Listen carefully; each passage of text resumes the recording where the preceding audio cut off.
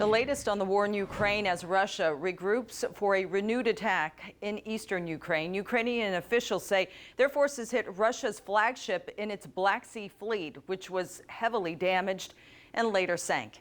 As attacks continue to become more relentless, News 12's Shosh Bedrosian spoke with a Ukrainian fighter pilot about the weapons they need from Western countries. Shosh? Well, Roxanne, it's clear from speaking with this Ukrainian Air Force pilot, he believes Western countries like the United States are not providing enough military weapons, specifically in the air. The 10-year veteran pilot tells me his primary task is to intercept aerial strikes and patrol the skies. And he spoke with me tonight, covering his identity and going by the name Juice. We need more, much more. In full disguise, Ukrainian Air Force pilot who goes by the name of Juice is requesting more air defense support from the United States, specifically fighter jets. This equipment is not able to provide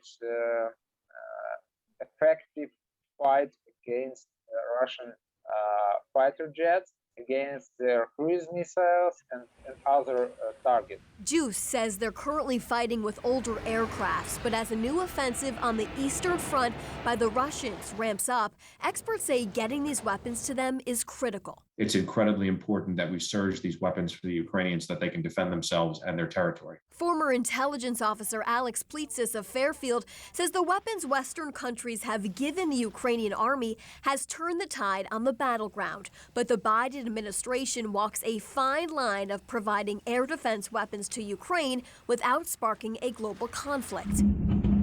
U.S. Senator Richard Blumenthal weighs in. Warplanes, jet fighters from NATO countries are really important to Ukraine in countering the Russian reign of terror from the skies. And that's why more of the Soviet airplanes, but also newer kinds of air defense are absolutely necessary. And I will work with member of the Armed Services Committee to provide more of these planes.